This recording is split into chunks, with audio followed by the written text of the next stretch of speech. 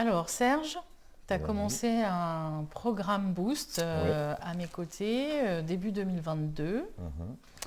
Est-ce que déjà tu pourrais nous dire quelle est ton activité et pourquoi tu as choisi de travailler avec moi? D'accord. Alors, mon activité, je suis consultant achat spécialisé à RSE.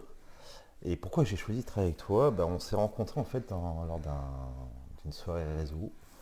Tu as posé des questions qui m'ont interpellé, qui m'ont fait réfléchir effectivement sur où j'en étais et où je voulais aller. Et tu m'as expliqué ce que tu faisais et j'ai dit banco, on y va. Dans les problématiques que tu voulais résoudre, il y avait quoi? Oh, il y en a beaucoup. Non, principalement c'était la prospection commerciale. Puisque moi, de par mon métier, j'ai été patron de centrale d'achat auparavant, j'avais plus les fournisseurs qui venaient vers moi et les personnes qui venaient vers moi. Le fait d'être entrepreneur aujourd'hui, c'est d'aller vers les autres, de prendre confiance en soi, d'aller vers les autres, ce qui n'est pas évident. Et puis aussi parce que j'ai un peu de timidité, donc lors de certains réseaux, j'étais plus en retrait qu'en avant. Donc j'avais une sorte de manque de confiance en soi pour le coup.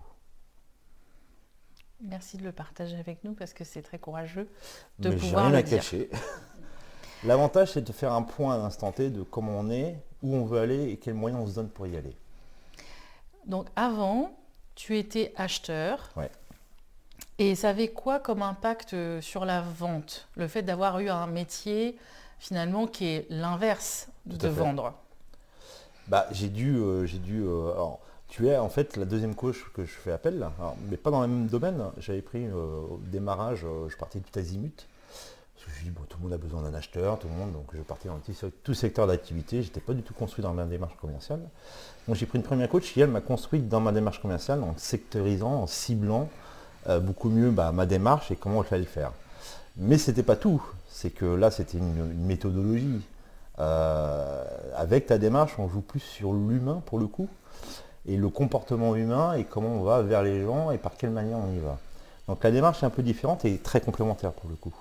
Je me souviens quand on a discuté lors de ce dîner, je t'ai dit tu es acheteur, il faut déprogrammer pour reprogrammer. C'est ça. Parce que finalement, je me permets, mais tu avais tendance à négocier toi-même tes prix envers toi-même avant de faire tes propositions. Ouais, on a tendance effectivement, entrepreneur, c'est comme beaucoup, je pense, quand ils démarrent, c'est qu'on veut prendre du client, donc les premiers clients, effectivement, on se sous-estime ou on négocie nos prix plus facilement à la baisse pour pouvoir avoir les premiers clients. Tout à fait. Alors maintenant, on est presque à la fin du coaching Boost. Tout à fait.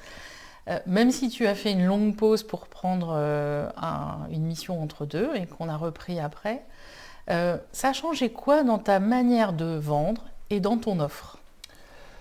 Grâce à toi, en fait, j'ai pu bien décomposer mon offre aujourd'hui et je parlerai au nom de certains consultants achats où on parle du métier de l'achat et on vend l'acheteur et son métier. Le fait qu'on ait beaucoup travaillé ensemble et décortiqué un peu notre métier, ça me permet aussi de moi, de mon côté, de diviser mon activité en 4, qui sont aujourd'hui devenus mes 4 services, que je n'ai pas énumérés, mais en fait ça m'a permis de décomposer beaucoup mieux et d'avoir une offre à tiroir pour mes clients. Alors j'aimerais quand même que tu nous en parles, parce que dans packager son offre, il y a à la fois à définir l'offre, les bénéfices, le prix, mais tu as aussi donné des noms à tes offres. Tout à fait. En fait, j'ai personnalisé mes offres. Alors est-ce que tu peux juste nous le dire? Juste les offres ou je détaille mes offres? Non, tu dis juste le nom. Sinon, dans 10 minutes, on est encore là. Oui. Alors en fait, il y a audit qui reste un audit traditionnel, donc c'est très compliqué de donner un nom à mon métier de l'audit.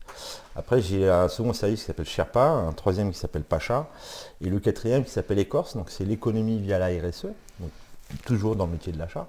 Et donc on associe éco et RSE, ça fait Écorce. Et la différence entre Sherpa et Pacha, juste? Alors, Sherpa, on accompagne, Pacha, je fais tout pour eux, pour faire simple. Voilà, donc du coup, tu as trouvé des mots fun, mais qui te correspondent aussi pour pouvoir définir ton offre. Et lors de rendez-vous clients ou lors de rendez-vous réseau, en fait, aujourd'hui, c'est beaucoup plus facile de parler de mon métier parce que j'arrive à le décomposer sous différentes offres. Et quand on me parle de quelque chose, au lieu de parler des 4 services, quand j'ai un client qui s'interpelle ou une personne qui dit c'est quoi l'audit, je ne parle que de mon audit. et des autres services s'il y en a besoin. Mais j'attends la question en fait pour pouvoir y répondre. Alors qu'avant j'étayais toute la partie technique des achats sans les écouter forcément le client. Ça a quand même été un Ça a travail. été un reboot complètement. Et je me souviens de notre dernière séance, donc on a travaillé principalement là-dessus, Ouais. parce que tu avais un mode automatique qui se mettait en route, où du coup tu parlais de ton offre et parfois tu oubliais d'écouter le client. Et on s'est dit, maintenant on va pratiquer et tu vas faire de l'humain, de l'humain, de l'humain avant de te dire que tu vas vendre.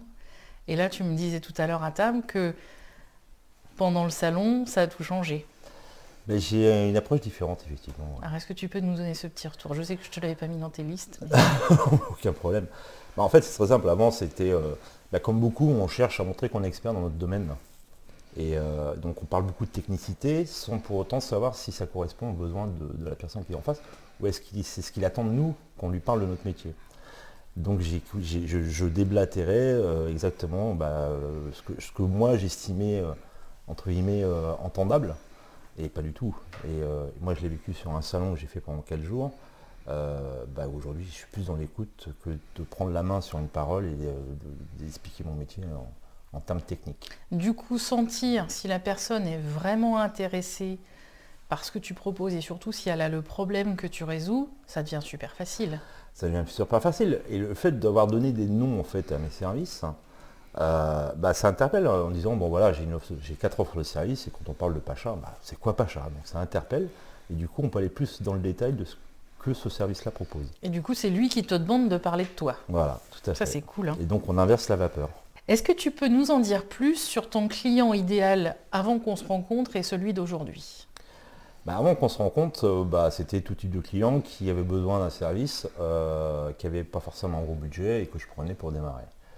Aujourd'hui, c'est beaucoup plus ciblé puisqu'on a travaillé un peu sur notre client, enfin mon client idéal, mais pour tous les entrepreneurs, je pense.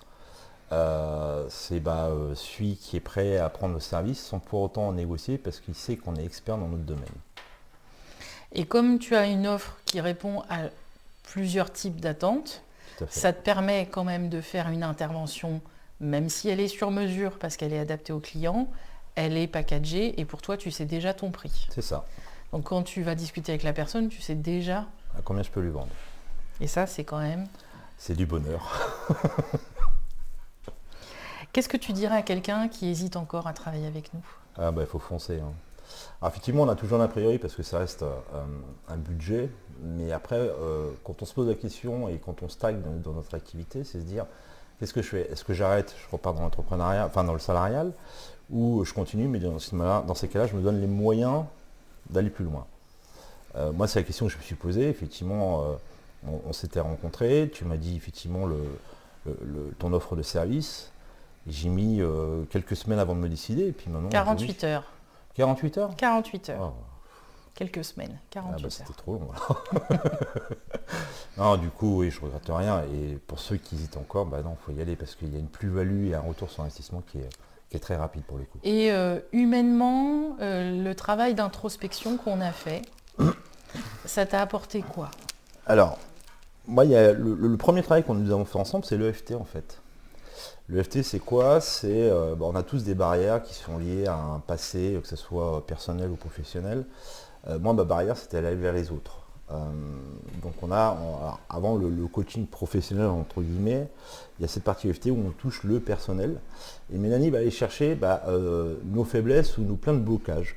Donc on va travailler d'abord sur ça pour pouvoir avancer sur la partie professionnelle et c'est ce qu'on a fait ensemble en fait.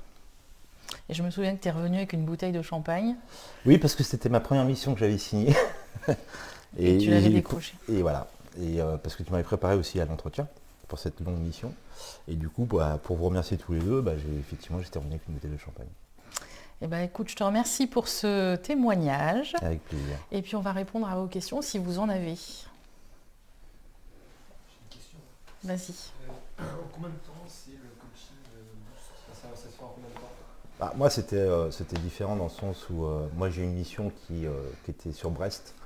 Donc j'étais quasiment plus en Normandie et du coup on a décalé dans le temps mon coaching. Donc il y a une journée d'immersion où on passe la journée justement pour faire cette déprogrammation et on travaille sur la projection, la vision, qu'est-ce qu'on veut faire, qu'est-ce qu'on doit mettre en place, etc. Et en fait, le lendemain, il avait son entretien et il m'appelle pour me dire bon bah j'ai eu le job. Et je dis c'est pas grave, on va mettre au frigo ce qu'on a préparé et puis quand tu auras fini cette mission qui était courte au départ parce qu'ils t'ont prolongé. Elle était prévue de 3 mois et j'ai fait 8 mois. Donc du coup 3 mois ça paraissait. Après on a continué à faire quelques séances entre deux pour pas que tu décroches parce que sinon ça aurait été vraiment reprendre à zéro pratiquement. Après ce qu'on a fait c'est que pendant sa mission en fait c'était son client idéal. Au départ, oui, d'accord. Au départ, c'était le genre d'entreprise, on va dire comme ça, avec lesquelles tu voulais bosser. Et le PDG, c'est toujours quelqu'un avec qui tu voudrais bosser. Oui, complètement, oui. Et du coup, on a mis ça à profit pour se faire comme un bac à sable, pouvoir faire de terrain d'expérience. Du coup, on sait que, en l'occurrence, le directeur des achats serait pas ton client. Et donc, si c'est le PDG qui le choisit, ça veut dire aussi qu'il faut qu'il mette des conditions pour pas se retrouver avec des gens en dessous qui n'ont pas envie de faire, etc. Donc, pour nous, on a fait vraiment de cette mission une opportunité. Tout à fait. Est-ce que vous avez d'autres questions pour Serge ? Vas-y. Serge, comment tu gères avec la concurrence ? C'est un point qu'on n'a pas abordé, effectivement. En fait, alors moi, mon terrain de chasse, c'est LinkedIn. Et on est extrêmement nombreux en consultant achat. Et Mélanie m'a fait travailler, donc j'ai été voir tous les profils de ceux que j'avais en réseau premier et voire deuxième, voir comment les autres consultants achats communiquaient. Et en fait, on parle tous de la même chose. Notre métier est d'acheteur, dans sa globalité.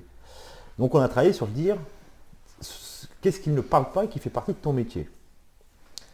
Et donc à un moment donné, on est arrivé sur le sourcing, qui fait partie aussi du rôle de l'acheteur, de sourcer.